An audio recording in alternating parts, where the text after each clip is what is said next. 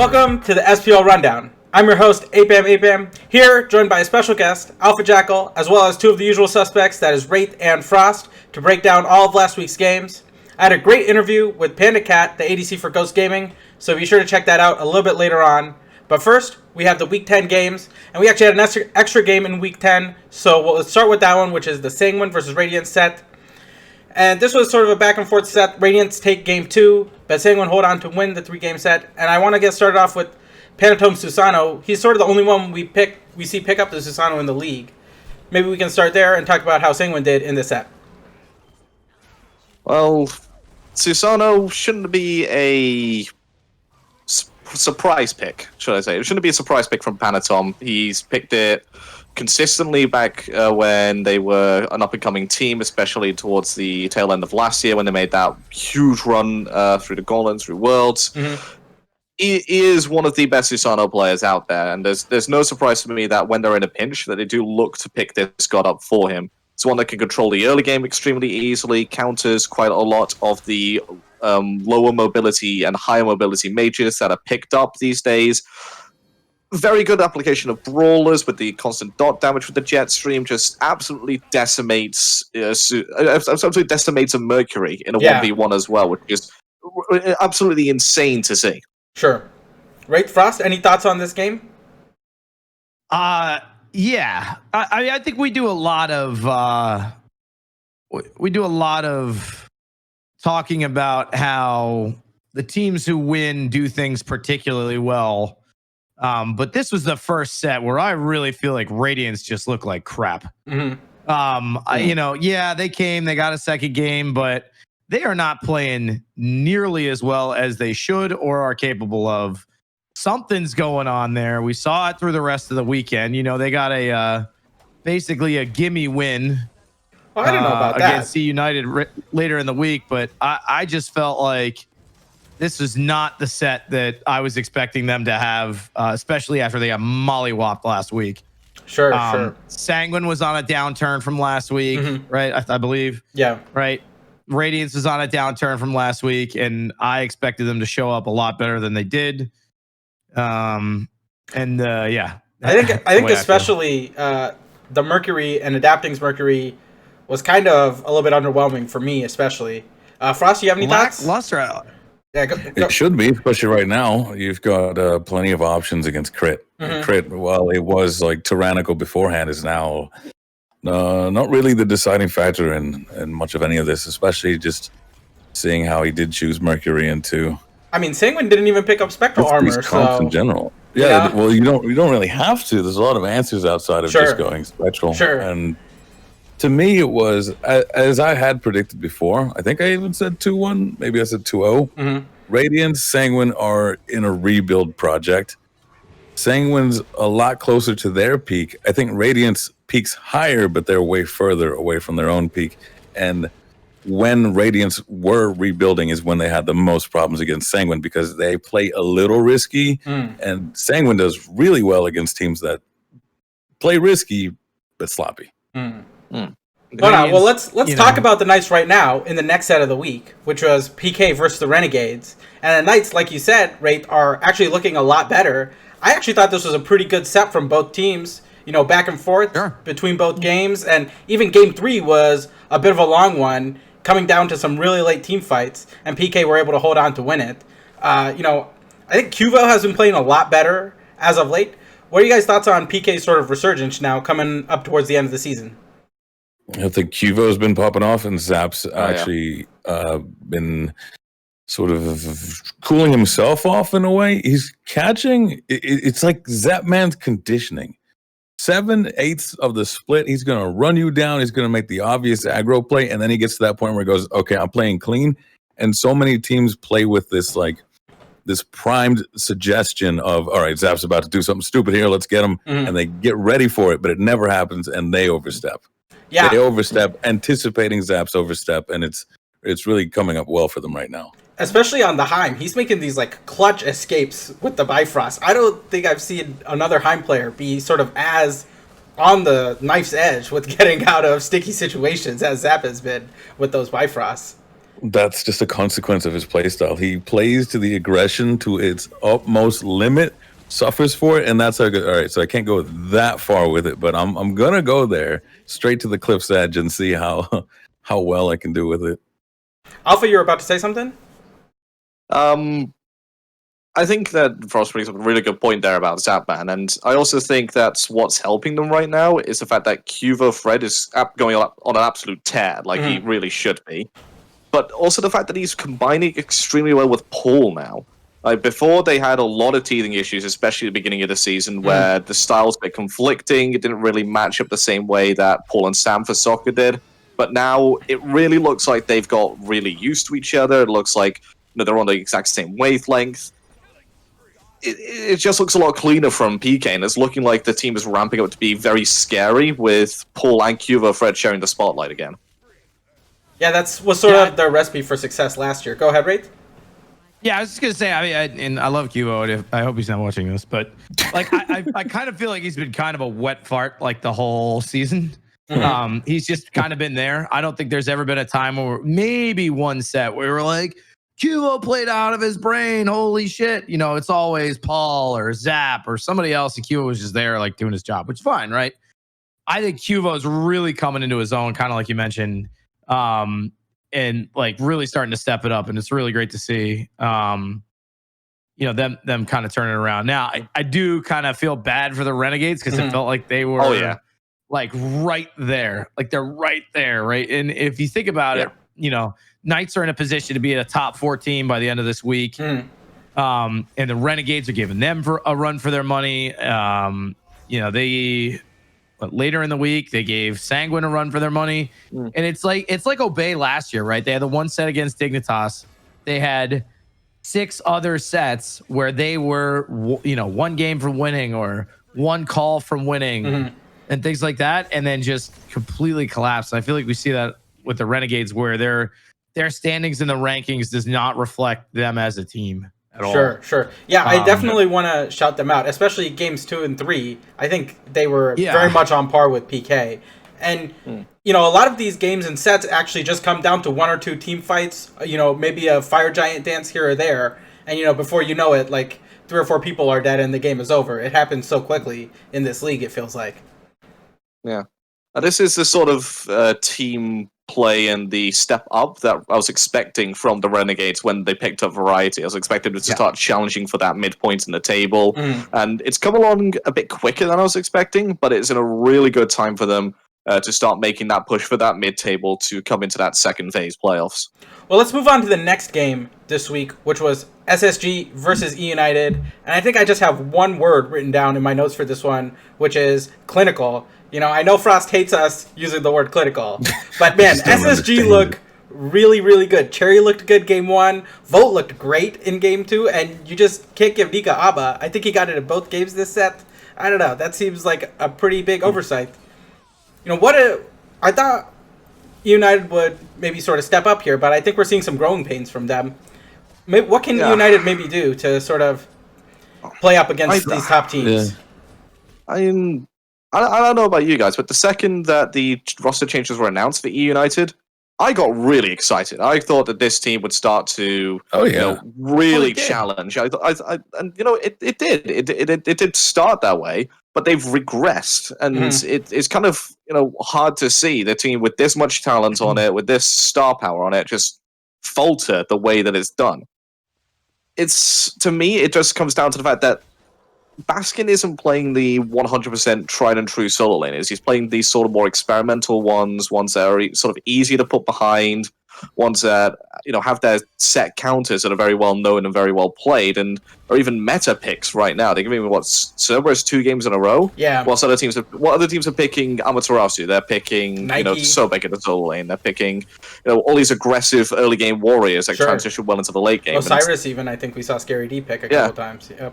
What, they're giving him for mana and Cerberus? Yeah. It doesn't speak that well to me when they're picking those sort of solo laners for what should be the talisman of the team at this point, given the name and the aura that he brings. Sure.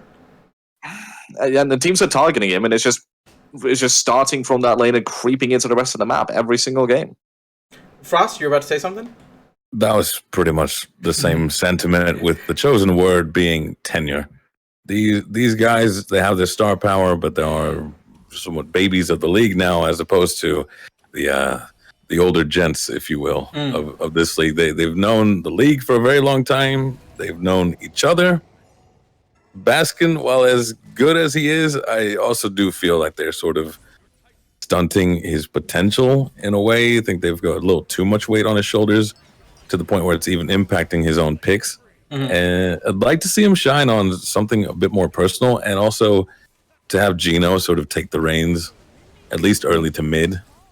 I think it's just too much pressure right now. Against top teams, solo lane's going to get shut out, and then it's going to creep into the rest of it. You can only do that PvE playstyle so much. I do want to say, I talked to Variety last week about why we've seen maybe a little more Cerberus, and he says that like right now it's kind of easy to pick a god like Cerberus because you don't necessarily have to pick TP as your relic early on in the solo lane, and so that gives you maybe a god that can do a little more team fight things with Cerberus, or some other things. But it doesn't really seem to work out for Baskin in this set, and he actually did look kind of picked on by this team, going 0-3 in game 2 and 1-5 in game 1.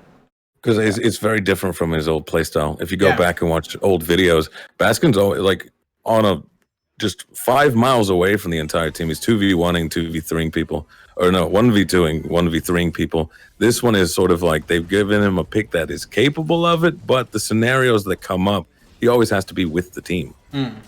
Like they need to sort of cut the rope and give him his independence back. And for that, you're going to need Hurrywin, you're going to need Gino, somebody else to step up. Sure. Yeah.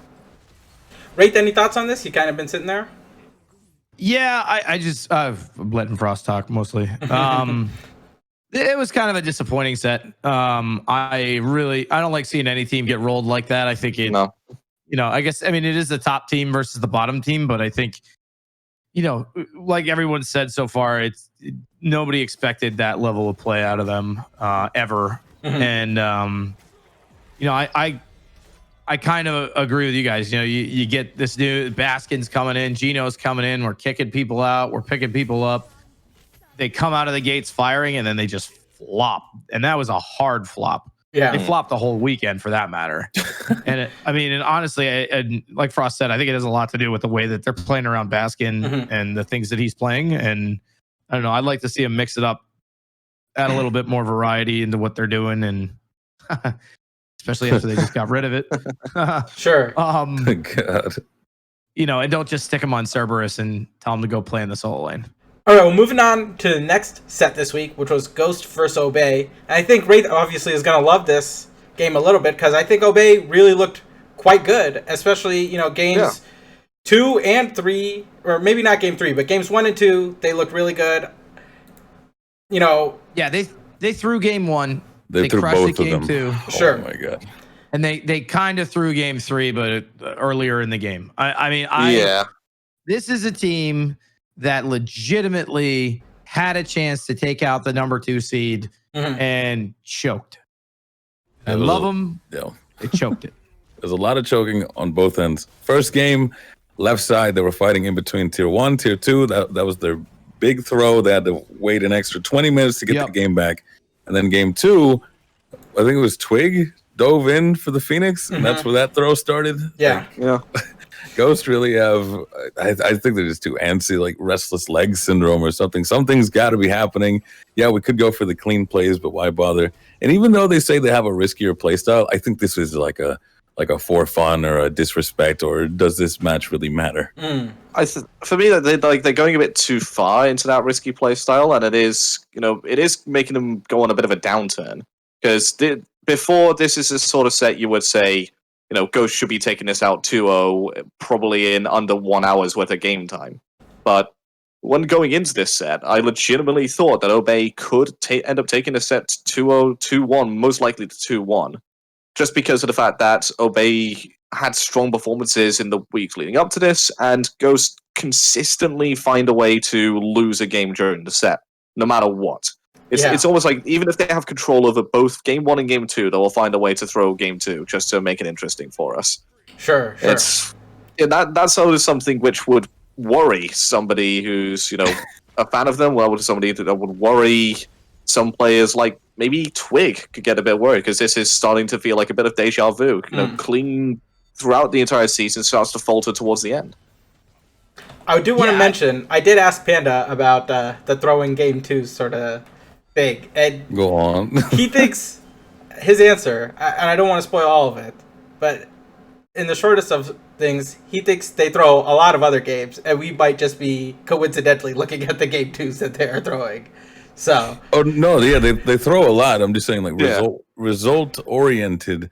They throw consistently, but the results end up being 2-1. Because the first one, the throw didn't get punished nearly as much, so they push it even further, and then they get punished. And then the third one's like, all right, we'll clean up. Yeah, I don't know. So knowing that team, I don't know that they play lazy, or maybe they do. I think it's more because knowing those guys, none of them, especially if they really truly believe they're playing against a team that's not worth their time. None of them want to be in a 3-game set at all, right? Just from a sheer time commitment, those guys are going to the gym. They've got girlfriends. They've got other shit going on. They've got streams. Nobody wants to spend 4 to 5 hours on a Friday or Saturday wasting their time, especially if they feel like the games aren't worth their time. So I think it's more likely that they try hard in those games to try and end them quick than troll. I think a lot of them look after the fact and say, "Oh yeah, no, we were trolling." But I thought Obey looked good. I agree. They genuinely look good, especially game 2. Wowie popped off game 2, 11-1 on the Rama. Wowie was insane. Yep. Right, but I don't think I think you talk to the players and they'll downplay and they're like, yeah, we were just trolling, or we thought we'd beat them pretty easy or anything like that. And I don't know. After watching that game, I thought that was Obey playing well and then choking. I mean, regardless of if they were throwing or not, Obey legitimately looked like a threat to Ghost, which is very positive news for them, given where they were at the beginning of the season, or even the beginning of the split. Yeah, definitely. So this is a really, really strong showing from Obey, even though they don't get the result. And other teams should take note of this and come up with strategies to legitimately deal with them, and more often than not, Wowie specifically. But the rest of the team does have the potential to pop off as well. Anything else? Go ahead, Frost. Yeah, I think it speaks to their improvement, because at the start of this phase, they 2-0'd Obey, even with the whole Pandacat thinking that we only look at the throws where they lose. You could really tell when they overstep. But Obey wasn't in a position to, like you all said, actually take a win from them or be threatening. Now it's sort of, you overstep, I'm going to bite back. Not enough to take a 2-0 or a 2-1 in their favor, but at this point they are capable of taking games off of it, or at least capitalizing on it. Sometimes they just look so disorganized, but now it is, hey, we've got a chance to breathe. Let's do something with it. Sure. Do you think maybe some of that is it's sort of getting to crunch time? Everyone's putting all their chips on the table a little bit. I think it's bottom teams kick up really hard near the end of phase, whereas the top teams, it's not that they get lazy or anything, but information is more valuable than placings. Sure. Yeah. Sure. This week, I had the chance to sit down with my good friend Pandacat, the ADC from Ghost Gaming, to talk about Phase 2, Phase 1, and his whole career in the Smite Pro League. Check it out. Hey guys, I'm here with the wonderful ADC from Ghost Gaming, that is Pandacat, here with me. Here to talk about Phase 2, Phase 1, and his long and storied Smite career as well. So starting with Phase 2, I gotta mention, you guys are looking really strong coming into Phase 2. And I know for some teams, it's all about getting to Worlds. Are you one of those players that likes to have these victories in the regular season? I think it's important to win during the season. I don't think it necessarily means much. You could use last year as your best example of a team that doesn't necessarily perform lights out the entire season, still wins the championship. But I think for mental players, it is very, very, very important to at least win some games. You could lose all your games and win the Worlds, and I'm sure it still have a negative impact on a lot of people just because it takes a lot to lose and just keep accepting that you're losing. Sure. personally, I've never been somebody that's too hard on myself over a loss or like too like great over a win or anything. Like I take wins and losses pretty equally. Mhm. You kind of just got to learn from both and then just keep on moving forward. Worlds is the bigger picture for all of us. It doesn't really matter if you're first seed or eighth seed. Yep. Whoever the best team is there, they're going to win. So you got to prepare for that more than anything. Sure. I'm reminded of what Sam said. I know he sat down with Aggro recently and did a pretty long interview with them, a player spotlight. And he said something about, on SK, even though they were able to win Worlds, it's just really taxing mentally to have to think about your losses all the time. And do you think like having I'm sure you're always critical of the mistakes you make. I don't want to insinuate that you're not. But like getting the wins, is that a way to maybe sort of not feel as downtrodden on your own abilities, so to speak? For sure. I think hard-earned wins feel way better than given wins, where you're just like, I've had both this season and last season where some games I have 3,000 player damage, haven't touched the other guy, and I'm winning in 16 minutes. Mm-hmm. And some games are 60-minute back and forth, like team fights, fire giant, objective play, map play, like all that. I think both are important, and I think winning is obviously always going to be a good thing for somebody's mental health, just knowing that even though you made a bunch of mistakes, you still came out on top, and you can only improve from where you are now. But I think winning is always just going to be a good mental thing, as long as you don't let it get to your head. As long as you're not letting winning cloud your mistakes and like things that you're doing in the games and out of the games. I think it's always going to be a healthy thing for a player. Sure. You mentioned that you guys experimented a little bit, and I know, our sort of Ghost fanboy in resident, Frost, always likes to say that you guys love to troll game twos. Is that actually like a conscious thing where you're like, hey, we think we're probably going to win this 2-1 no matter what. Maybe we can give them some picks that we might not usually give them, or we can pick some things that we might not usually take and experiment in game two. Is that something that you guys plan to do in these game twos, or is it maybe, are we reading too much into losing game twos? I think particularly game twos, you guys are reading a little bit too much into it. I'd say we just had like coincidentally bad game two performances where we're like do well game one, game two looks like a clown show, and then game three is kind of like more resembling of game one and how it should have, or air quotes, should have won. Obviously, don't want to offend anybody. Yeah.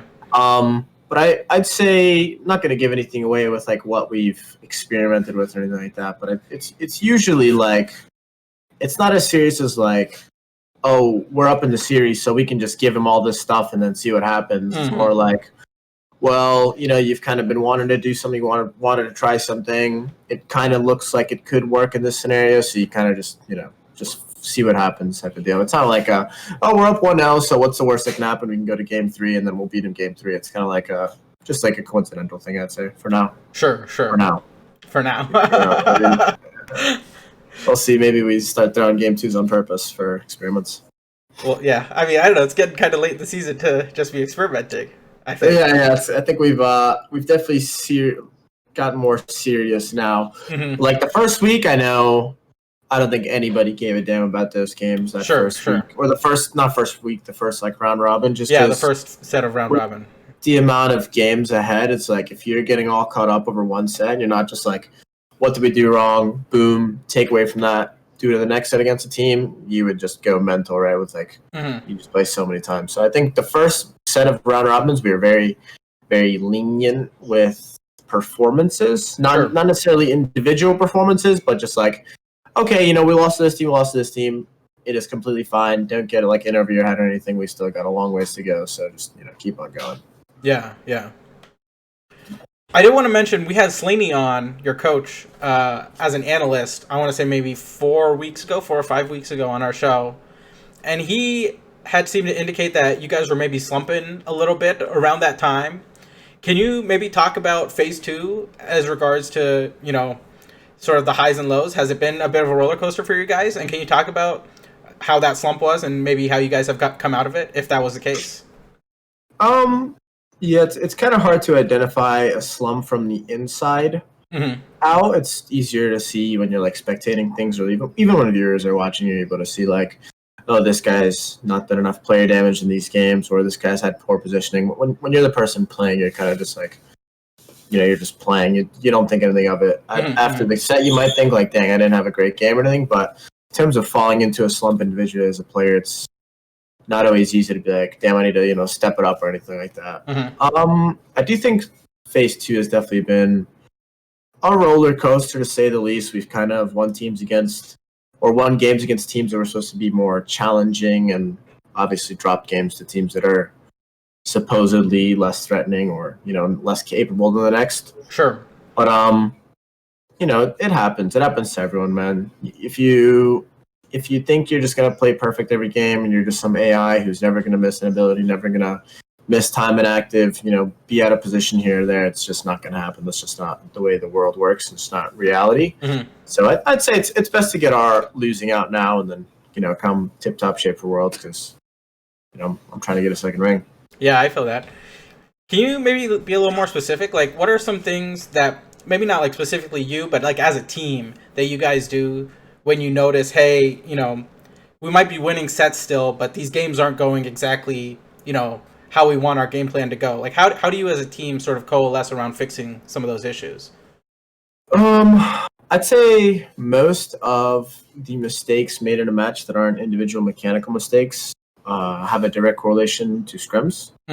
So, for instance, if you're taking bad fights in certain areas of the map, you could typically lead it all back to scrims and try and remove that habit while you're scrimming and just be more serious about it.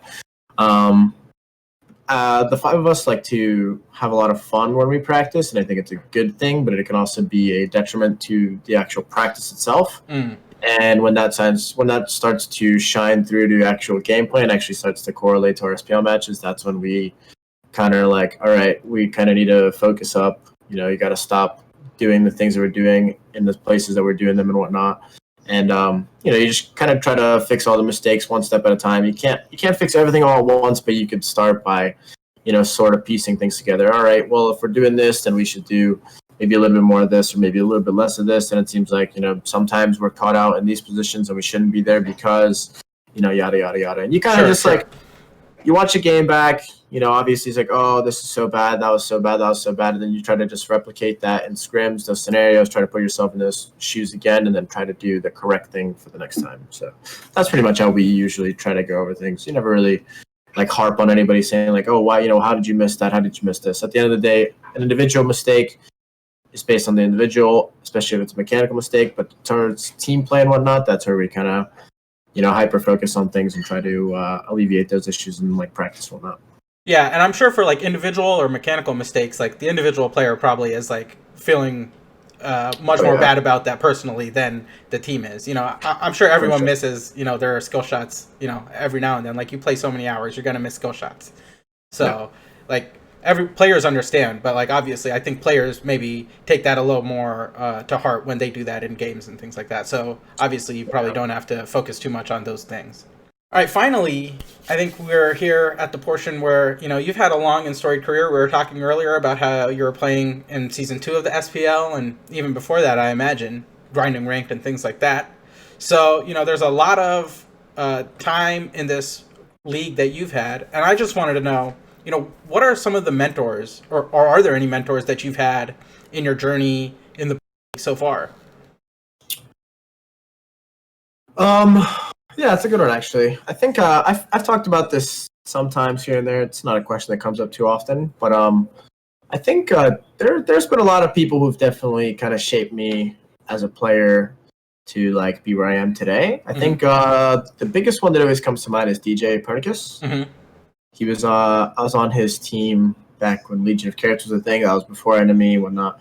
He kind of taught me a lot of what I know, and kind of less like mechanically, like, oh, you should be using this ability when, more like in a mental standpoint, from a mental game. He kind of helped me understand a lot of what I understand from Smite right now. And the rest of it comes with experience, right? Obviously, you play more against the best players, you'll become better and better and better. But DJ was definitely one of those guys who obviously wasn't afraid to kind of speak up if something was going on, and he kind of would always, him and I would talk after games and whatnot, after scrims or even during scrims, and just like he would really help me out and explain different things, and it kind of always stuck with me. So I think of the players that I've ever played with, if I had to choose one, it was probably DJ. He was definitely the biggest person to me, especially because I was fresh to the scene. I was new to the pro scene. I had no idea what I was getting into in terms of like playing against better players, scrimming and whatnot. So it was all extremely new to me, and he kind of helped ease that process for me. Him and Payne both, but I think more DJ. I feel like whatever DJ told me 4 or 5 years ago kind of resonated with me and helped me become the player I am today. Sure. I'd say he was my only mentor because that's kind of like hands-on, like kind of like talk to me and whatnot. Mm-hmm. But I mean, I had a lot of people that I used to watch and look up to and whatnot, and trying to study and figure out why they do the things they do and how they do them and whatnot. And some of those players still play to date. Some of them are not playing anymore and whatnot. But there's definitely been a bunch of people. I can't say it's been like an easy ride for me, and I've just been flying solo this whole time, and I'm just that good or whatever. So yeah. Last thing I wanted to ask before I got some sort of guest questions from my analysts and other people is you've teamed with Mike for, I want to say, maybe the past 4 years at this point, right? I think we're coming up on 3. Not quite 4. We played from the end of season 3 to season 7. Yeah, that's 4 years. Season 3 to season 7. That's season 4, season 5, season 6, and we're like almost done with season 7, Panda. You're getting old. Let's see. Come on, man. Maybe. Let's see here. 2018 was with Mike. It doesn't even show me before. Oh, wait. 2018. What about 2017, you guys won Worlds, right? No, that was 2018. That was 2018. Yeah, season 4. Yeah, I think it's coming up. It's 3 or 4. 3 or 4. At least a long time. At the very least a long time. And we hear the casters often praise Mike's sort of leadership abilities and things like that. Can you maybe give us a little inside view into what Mike brings to the table as far as like leadership and things goes for you guys as a team? Oh yeah. I preach about Mike every chance that I get, every opportunity I get, not only to show how good of a player he is, but just like as a person and a leader, like you said. There's a lot of stuff that goes behind the scenes in terms of like, you only see so much when you watch a sport, right? You don't know what they are behind the scenes. You don't know what they are in comms, what they do during the day, blah, blah, blah, blah, blah. But Mike is probably, actually, without a doubt, the best teammate I've ever played with in terms of what he really brings to the squad outside of actual gameplay. Mike's a very punctual player, very punctual dude. He's on time for everything. He's very serious about it. He takes it more as a job than like a, haha, let's go play some Smite. He's very, he just cares a lot, and it's very, like, you could just see it, it like resonates through him. He's very passionate about it.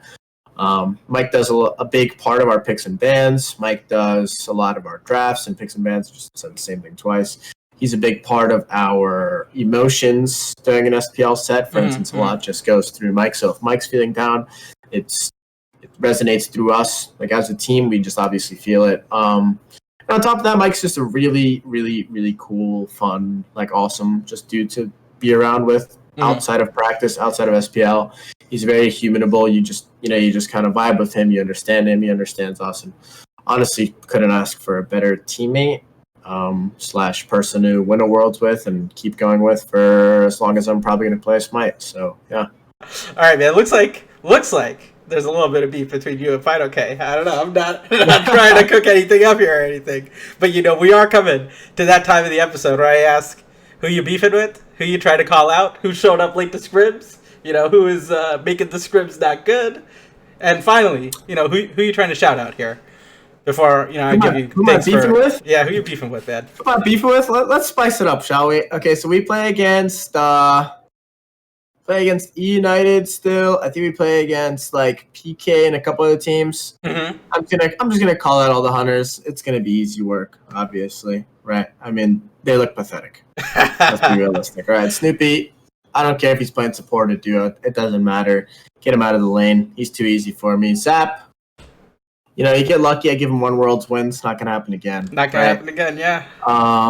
In terms of who shows up late to scrims, none of us, we're all kind of punctual, but Sanguini better get their, Hey, their stuff Sanguini, together because they told me they have a new system about not being late to scrims. So I don't know how effective that's been. They told me they have I hope it's they have I hope a it's been implemented whiteboard. already, then. Everyone has to be up an hour before the scrims start. Everyone has to say hi to each other. They all got to be in the same room before the scrims start. They have like a whole system now about not being late to scrims. So I mean, perfect. Change is something. Yeah, I mean, any of the ADCs that wanna, come in the octagon, throw some shots. I'm for it. I said it before. If anybody wants to, spark some beef, hit me with it. It'd be fun. Shout out to obviously anybody who watches us on Ghost Gaming, supports us. There's a lot of Twitter fans, a lot of them. I know we have a pretty big fan base, even though it might not show online. I think statistically before, I know there was like analytics about it where here we had like the second biggest fan base, something like that. sure. Obviously means a lot to us as players and individuals, just having people by your side and rooting for you. Shout out to my team, obviously, for being beasts. Shout out to my stream and whatnot. Everybody watches that. And shout out to you, of course, for having me on the show. Appreciate you, man. Oh, man. I appreciate you a lot. Thanks so much for coming on. It's been great to talk to you this week. And, wish you the best of luck moving forward, going to Worlds. All I want as a fan of this league and Smite in general is to see some great games at Worlds. That's my dream every year. So I wish you guys the best moving forward. Thank you. All Appreciate that. Thanks a lot, man.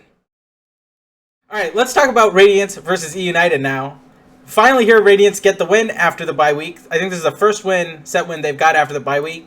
And we sort of see a new strat for them, which is this Awilix jungle Guan Yu support. What are your guys' initial thoughts on Radiance versus Eunited? Frost, you want to start us off here? I just remembered Benji's been fragging on this Wukong. Sure. Like, tell me more about this Wukong. It's a vampire Wukong too. Yeah. I was saying months ago that Wukong was a massive sleeper pick in the solo lane just because of the amount of damage and poke potential he could do, and the fact that in late game team fights he is one of the most difficult solo laners to deal with, and it feels good to finally be vindicated on it this far into the future. I was saying this even after the patch, even after the mid-season patch. I was saying he's even stronger afterwards. You don't necessarily even need to build this vampire build that we have been seeing on the Wukong, but it just helps him bully out and lane even more because he doesn't have great form of natural sustain, has to use his ultimate for it. But long story short, his Master's Will is one of the most surprisingly hard-hitting abilities in the game, and you just don't see the damage coming until it hits you. Sure. I'm looking at this build, and this looks like a juggler build from like a season ago. Am I wrong in that? This Sun Wukong build? Like Erendite, Heartseeker, Soul Eater. Yeah, I wouldn't fault you for that because the boy's got he's like 4 offensive items and then 2 defensive items in an offensive trench coat. Void Shield is not a defensive item as far as I'm concerned. No, it's really not though. And like Sledge is barely a defensive item. It's a bruiser item. Yeah, you go into a team fight, go up in the air, and then you come back down with just a massive stomping circle. That's what their play was. Oh, that also chunks. Like, you stomp down with your circle, and then you use your other circle to absolutely obliterate their HP. Then suddenly, the backliners are on 1/3 health and have to dash away, and there's nothing they can do to stop it. Yeah, you go up into the air, you're at like a quarter HP, you land on 4 people, the lifesteal, so you wait, you get a little bit of health while you're in the air, you land on 4 people, the lifesteal from the Soul Eater heals you up halfway, and then you 2 and then cudgel as many people as you can, you're full health again. Well, and you have that Erendite proc too, so you have increased movement speed, right? So God. I don't know. And then you just get away from every situation possible. It's insane how good Wukong is right now, and other teams will start to be picking this pick up because you can't have one person running the league on one pick. Sure. Every team will start to copy it. Yeah. I do want to go ahead, you Frost. need like a Nox. You'd need like someone to start picking up a Nox or something. Hey, I think that's the Ducky special, right? Honestly, it might come to the point where you could potentially see it, but you can't put it in solo lane because it just gets out-bullied, out-farmed, and you lose all pressure on that side of the map. You can't really put it in mid because the second you use your 2, you don't really have the capability to team fight as well as other mid lane mages. It has to be a Dardes special if not support if you're going to go for it. Well, Ducky solo. Not solo. Let's go, baby. Speaking of support, I do want to mention Guan Yu support, which I think is fairly strange. I mean, we have seen it in the past, and if we were going to see it this year, it was going to be Aurora, I think, who probably played it. But what does Guan Yu sort of bring to the support role, and why are we seeing Aurora pick it up right now? What's the whole composition with the meta? It's dive. Oh yeah, these lads are just diving on each other. You got, as we said, the Wukong coming in, pressing all of his circles, but then Guan needs somebody to be with him for the heal. To cool down on the heal, he gets to dash through the enemy, he gets to heal again, keeps doing that again. You get like 2 horses in one team fight. Yeah. And also what he does bring in that late game was that dive and, the ability to join the Wukong. But in the early game, he brings protection shred, so the support legitimately doesn't feel like as what he feels like a regular squishy jungler, as it really shouldn't be. And then he also gets to the protections himself, so he is really difficult to deal with when he's Tallow assaulting. Meaning that you go into those mid 3v3s with a Guan Yu on your team, you get some form of CC on him to begin with, like a knock-up from Adapting or Whirlpool from Poseidon. All of a sudden, the protections get shredded and they just die instantly because of the high damaging ability that is Feather Step. Yeah.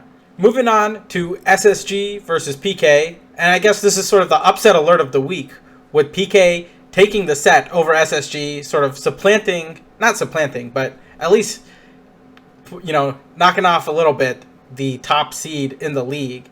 And we talked about maybe a Wheelix being a comfort pick for Adapting. Well, Cuvo certainly has taken a comfort pick with the Camazotz, and he's sort of the only jungler we see playing the Camazotz, and it was sort of the Cuvo carry show on Camazotz this whole set. Let's start with Cuvo. Cuvo's really stepping up, especially in this set, I think. And PK are really looking good. What are you guys' initial thoughts on PK versus SSG? It's the jungler showdown that needs to just be played week in, week out. This is, if you could only have time to watch one set of the week, go watch this set. Yeah. Because this is one of the craziest sets you will see in the SPL. And it the games are fast paced, good action throughout, not really stompy in any way, shape, or form. Maybe game 3 a bit too one sided compared to the rest of the set, even though that game does go on the longest out of the 3. But you just see the raw talent that the junglers have, and just highlights the meta perfectly right now, which is if your jungler gets ahead, if your jungler has the momentum, your team has a fantastic chance of winning the game. And a lot of teams are struggling to find ways to play around their junglers to this sort of case. PK and SSG are probably the 2 biggest ones alongside Ghost to have figured it out for their teams, which is why we do see them winning more consistently than the other teams. That was my favorite set of the weekend. Yeah. One, because I love watching the Knights win. Go Knights. 2, because I really like when you get these like standing shakeups, right? The upsets. And it was just like really fun to watch clean smite, right? Like that's like the good stuff. I really enjoyed it. And I mean, we talked about it earlier, but Cuvo's firing on all cylinders. I think, we've gotten to a point in the year where people are kind of saying, forget the meta, right? Like, I'm going to just play what I want. I'm going to make my own, or I'm going to do what I like. And, Cuvo went hard on that with the Camazotz, and I thought he played extremely well. This one was definitely showing that Zapman conditioning. I felt like SSG overstepped, anticipating an overstep from one of the players. And no, it feels like the 4 are operating very well and giving Cuvo that freedom to actually do what he needs to do. And it showed as the lad went 12-0 on Camel one game and just runs it from the jungle. I think that's what's going to separate the top teams from the bottom teams. Can you give your jungler their independence to roam the map and pressure it as they need to? Because coming into this, it was like, all right, Zap got soloed, Paul got out-pressured. I don't know what happened in solo lane. So where do I go? But now it's everyone's playing clean, as they say. That is their fun word. The Zapman teams were playing clean now, boys. Cuvo can do whatever he needs to do. It seems like the synergy has really exploded on this PK team. Oh, yeah. Like all the calls, everyone is sort of right on top of it. It feels like, they can play through Scary sometimes, they can play through Cuvo sometimes, they can play through Paul sometimes, they can play through Zap sometimes. And Neil has just sort of been setting everybody up, I feel like, these past couple weeks. All right, then last game set of this week was Sanguine versus the Renegades. And I guess we call this a reverse sweep since Renegades won game 1 and Sanguine won the last 2. And really, I think Pandacat was sort of the deciding factor and the big force pushing Sanguine towards victory here. I know we already talked about him once, but it seems like it's a shame to not talk about him again, especially after going like 5-1 on Hebo and 7-2 on Erlang Shen. What are you guys' thoughts about Sanguine versus the Renegades? I think for me, this is highlighting one of the only weaknesses that Renegades still have, and that is their ability, or I wouldn't say lack thereof, but it certainly takes them a lot longer than other teams to adapt mid-set. And you have a look at their drafts in game 1, 2, and 3. They're all very similar. Sure, yeah. I think 1 and 2 were the same. Pretty much the exact. In fact, it was the exact same. Yeah.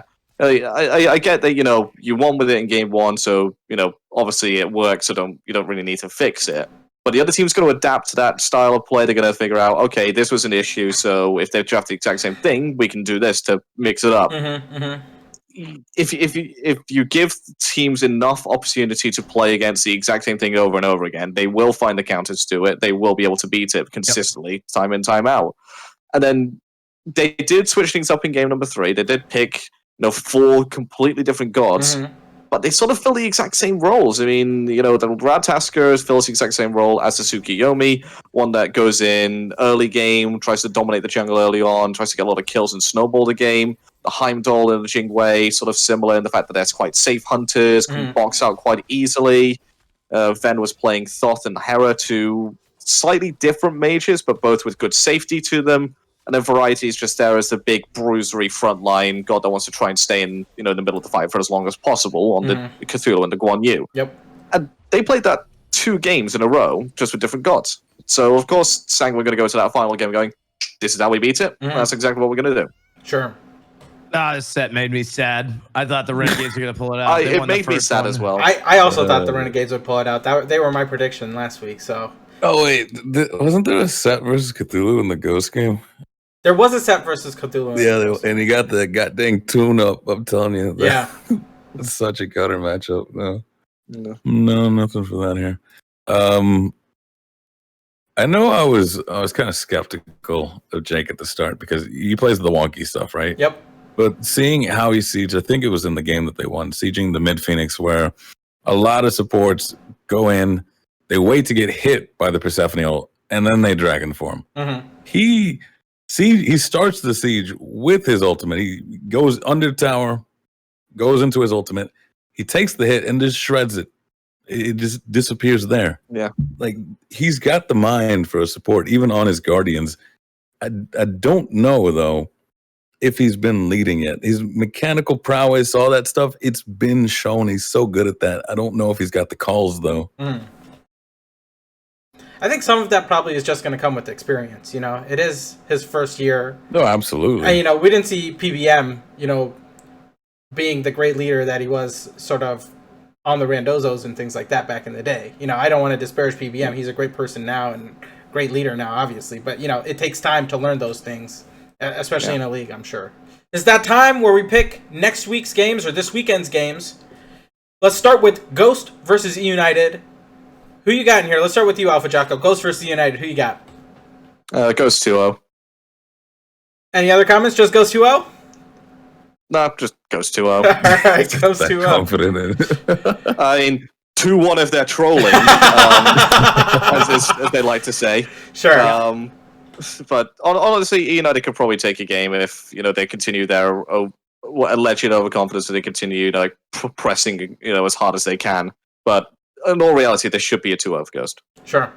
Frost, how about you? Ghost versus United? I'm sure this is a Ghost 2-0 for you.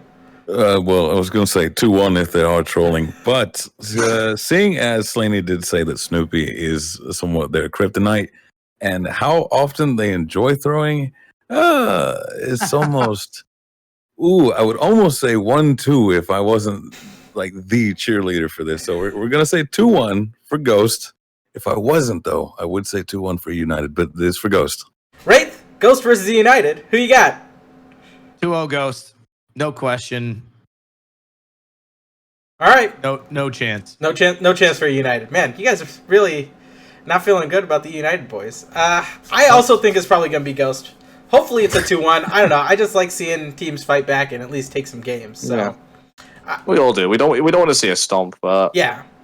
Sometimes stomps do happen. Yeah, sometimes they do. Yeah, it tends to be the 3v3 matchup. I just think a lot of these players are really on par with each other, but PBM fills more of that support role, way more than Gino does. And that's nothing against him personally. It's just, growing into the league. And of course, PBM is like a veteran and a world champion, so he knows what to do. All right, moving right along, we have Renegades versus Obey.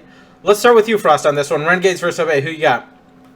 I'm thinking Obey punch hard on this one. Yep. The synergy from both of them have been looking great, but I feel like Obey has more of their own identity right now. This is going to be a 2-0. This is the one that gives them the courage, the confidence. From here, I think they're going to start punching even harder, but I think this will be their biggest hit. It's going to be 2-0. Obey. All right, Raythan, how about you? I think I can already hear the Obey 2-0s coming out your mouth. Nope, it's not going to be a 2-0. This is going to be a 2-1 set in either direction, no matter what. But I think the Obey boys take it. I think these are the two most closely matched and inconsistent teams. Seriously, I'm right. Like, so it's really going to depend on who shows up to play. I think the X factor for Obey is how the mid jungle combo plays. Sure.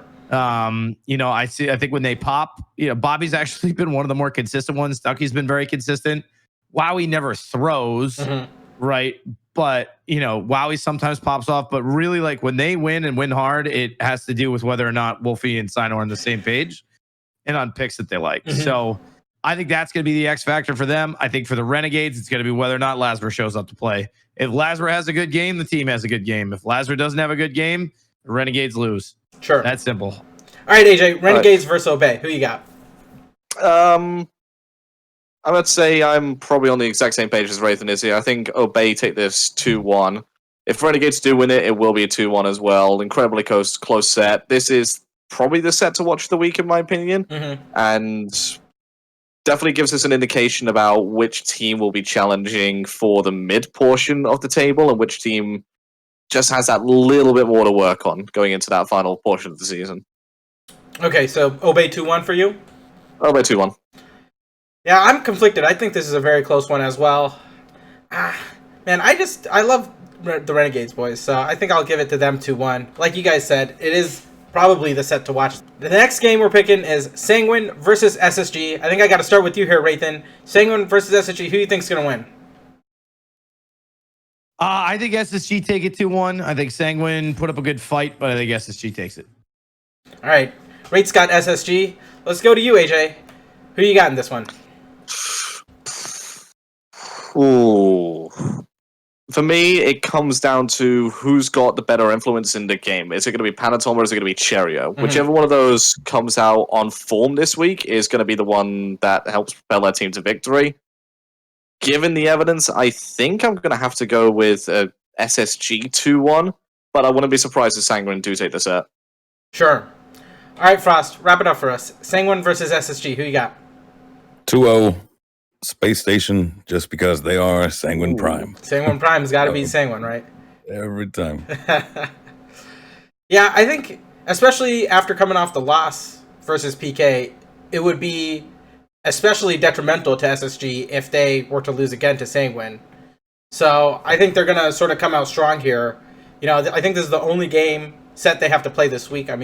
So they'll probably have a lot of time to focus on these picks and bans and this set in particular. And I think SSG will take it 2-0. The next set of Week 11 is Radiance versus PK. I think this set is pretty important. We're really going to see if PK are for real, especially with Radiance coming back with that win versus United. I think we're back to you here, Frost. Who you got? Radiance versus PK. See here. Radiance been looking kind of sloppy. Knight's been looking super clean. But see here. Oof. I'm thinking this will be 2-0 Radiance. I think this is their comfort matchup. Simply put, they also first ban Hell every time. And Paul's been popping off on it. So I think this is 2-0 Radiance while struggling. This will be a sort of reminder of Yeah, we have this team at least. So Sure. 2-0 Radiance. 2-0 Radiance for Frost. AJ, how about you? Radiance versus PK. I think PK are going to take this 2-1. Mm-hmm. I think Radiance come out bit slow in this set. PK take the first game. Radiance figure something out. They come out with another pick for adapting that's a blast from the past, maybe even the Raven, and they take the second game, and then PK just go, right, this is something you forgot to ban, and now we're going to punish you for it. Sure. Wraith, how about you? Radiance versus PK. PK 2-0. PK 2-0. Yep. I think Radiance have been looking like crap, like I said, and I probably won't, unless I see just a crazy change from them against top teams. I don't think I'm going to change my mind about where I think they are relative to everybody else. Sure, they crapped on the team last week that got 2-0'd in 40 minutes. Was probably having a pretty bad weekend, right? And that was their comeback game. I don't think it is indicative of whether or not they've bounced back or not at all. Sure. As a resident PK fanboy on the show, I gotta pick PK 2-0, especially after a great week last week, winning both of those sets. So PK 2-0 from me. Let's move on to Ghost versus Renegades. I think, Wraith, you're up on this one. Ghost versus Renegades. Who you got? This one hurts because my heart is telling me to vote for Laz and the boys. But my brain telling me that I need viewer points before the end of the season. I feel that. No, I think Ghost takes this. I actually think this might be a good set. It might go 2-1 here. I think the Renegades have been looking better. I don't think they've been looking great. But again, Ghosts were extremely close to losing to Obey last week, and I think that the Renegades are on par with Obey as a team. So I think it'll go 2-1. I think Ghosts will take it, but I would like to see a good showing from the Renegades. Sure. That's also the day that I'm streaming, so if they get 2-0'd, I'm not too worried about it because I get more time after Smite games. So, If you at home need viewer points, watch Wraith. I got a 25-minute stream after the Friday games. I was scheduled for 3 hours. Oof. Well, yeah, because they ended at 8:30. Yeah. Yep. It's like, let's do one assault game. That was about that, chat. I ran a giveaway and then I was like, all right, see you guys. do a jungle practice. Later. All right, AJ, who you got in this one? Ghost versus Renegades. All right, this is going to be my surprise upset of the week. I think Renegades take it 2-1. Ooh, that's some spice. Ooh. Yeah, spice. I think this is going to be the final set where we see Ghost really push it as hard as they can, and they get ultimately punished and lose the set for it. And then from there on in, it's no more trolling from them. Sure. All right, wrap it up here, Frost. Ghost versus Renegades. Who you got? They are going to troll, but I don't think that they lose. I don't think they'll be punished for it. I believe it's going to be 2-0 for Ghost. Yeah, I sort of feel the same way about this. I think Ghost are just, trying to... I think Slaney said that basically from their win at Phase 1 playoffs and their positioning points from Phase 1, they're almost guaranteed to get it into Worlds. So I think at this point... Yeah, they are. It's just about, making sure everyone on the team is happy and keeping the morale high. And, the best way to do that is to get set wins. So I think Ghost will 2-0 this. All right, last game of Week 11 is PK versus Eunited. AJ, I think we'll start with you on this one. PK versus Eunited. Who you got? It's a very difficult PK win. No, PK win 2-0. Not much more to say. I think Eunited might start to build up a tiny bit of a head of steam, but it's not going to be enough for them to take any form of game against PK, who are just on an absolute tear right now. Sure. Frost, how about you? PK versus Eunited. I'd have to say that these teams are also kind of similar in a way in the same manner that I say Space Station is Sanguine Prime. Feels like Knights is Eunited, but actually figured it out and tenured. This is probably going to be a clean 2-0 from them. From Knights? Yep, 2-0 Knights. Sure. All right, Ray, then let's wrap us up for Week 11 here. Who you got, PK versus Eunited? 2-0 Knights.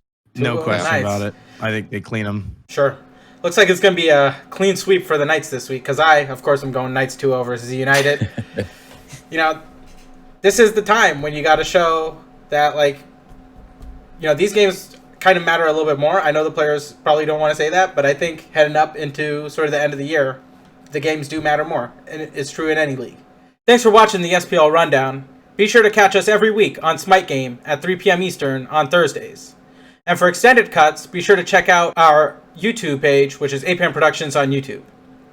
Finally, if you have any suggestions for future guests or future pro interviews, be sure to DM me on Twitter at Apam2 or at Apam Productions. And if you want to see extended cuts of my discussion with these analysts or my interviews with pro players, please be sure to subscribe to our YouTube channel, Apam Productions on YouTube. Thanks a lot for watching, and see you guys next week.